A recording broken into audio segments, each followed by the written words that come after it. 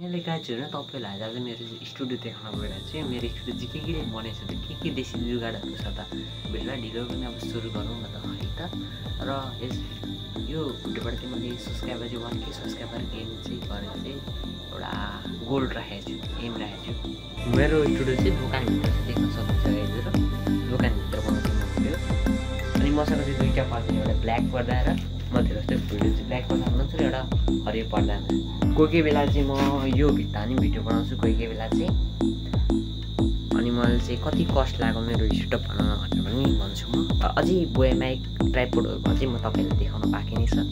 अनि घरिघरि चाहिँ यहाँ पनि म भिडियो बनाउँछु। लाइटिङको धेरै उयो लाइट पर्दैन क्या। म जब चाहिँ ग्रिन स्क्रिनको भिडियो बनाउन नेपाली आउँछ तब चाहिँ म यस एरियामा बनाउँछु। तपाईसँग रिङ लाइट छैन भने केही प्रब्लम छैन, किनकि मैले 300 को रिङ लाइट बनाउँछु। जस्तै भने यो गोरिल्ला मोनोटोन ट्राइपोड 350 को भनौँ र बल्ब छ क्या यहाँ। मेरो यो रिङ लाइटको काम गर्छ। अनि यसले चाहिँ मेरो यो के परे फेसमा चाहिँ एउटा राम्रो प्रोटेक्स दिन्छ, एउटा राम्रो फोकस गर्न चाहिँ सहायता गर्छ, किनकि यसको राम्ररी काट्छ। यस बोलको कट चाहिँ भनौँ 35 रुपियाँ। अनि वायर त घरमै थियो, देशी जुगाड।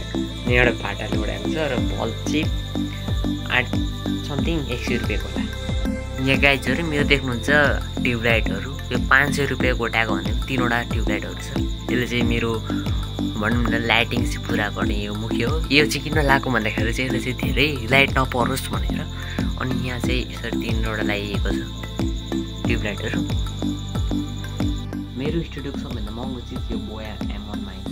यो बोया M1 माइक चाहिँ मैले भ्यू काटेर 1500 को किनेको थिएँ। यस अन्तर्गत चाहिँ एउटा यस्तो वायर छ, वायर यसमा चाहिँ अब लाउनुपर्छ एउटा फिल्टर पनि, 3वटा फिल्टर दिन्छ। अनि यसको ब्याट्री हुन्छ DSLR क्यामेराबाट तपाईँले भिडियो सुट गर्नुहुन्छ, तपाईँलाई भनौँ न ब्याट्रीको आवश्यक पर्छ। मोबाइलमा चाहिँ पर्दैन, ब्याट्री त कहाँ थाहा छैन, हरायो। अनि यहाँ चाहिँ देख्न सक्नुहुन्छ यो चाहिँ बोया M1 माइक। यसलाई चाहिँ भनौँ न मैले यो चाहिँ ल्याएको भनौँ न मैले चाहिँ समथिङ 2 वर्ष जति भयो। किन बिग्रेन भन्दाखेरि चाहिँ यो चाहिँ असली कस्तो हुन्छ भने बोया माइकको कलर चाहिँ अलिकति गएको हुन्छ, रङ्गी चङ्गी हुँदैन क्या। त्यही भएर यत्रो लङ लास्टिक गरिरहेको छ। अनि सर्ट्समा म केही 6 महिनाभित्र म सर्ट्स हाल्छु। त्यसको लागि मैले पटहरू चाहिँ किनिसकेको छु। वाल डेकोरेटको लागि चाहिँ यो साधन मैले किनिसकेको छु। यसलाई चाहिँ कसरी राख्ने भन्दाखेरि देख्न सक्नुहुन्छ, यसरी भित्तामा टक्का लाउने हो। यसरी स्ल्याम्स भन्छ कि त्यसलाई के भन्छ थाहा चाहिँ छैन म। अब स्टुडियोको टोटल कस्ट कति भन्दाखेरि चाहिँ यसलाई चाहिँ यो पर्दालाई चाहिँ 200 रुपियाँ मिटर भनौँ न, 3 मिटर लागेको छ भने चाहिँ 600, यसको अनिलाई पनि 600 1200 अनि 500 ट्युबलाइट 3वटा लाइट लगाएको छ। 500 हुँदाखेरि चाहिँ 1500 होइन, 1500। अनि यो लाइट भयो 35 रुपियाँ, होल्डर 15 रुपियाँ, 15 रुपियाँ दिन हेर्नु यहाँ।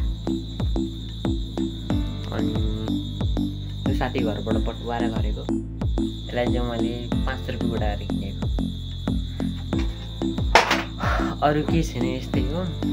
प्लिज मलाई डोनेट गर्नुपर्छ। 9815 25 मा फोन नम्बर भन्दै तपाईँले मलाई सेटअप बनाउनको लागि डोनेट गर्न सक्नुहुन्छ।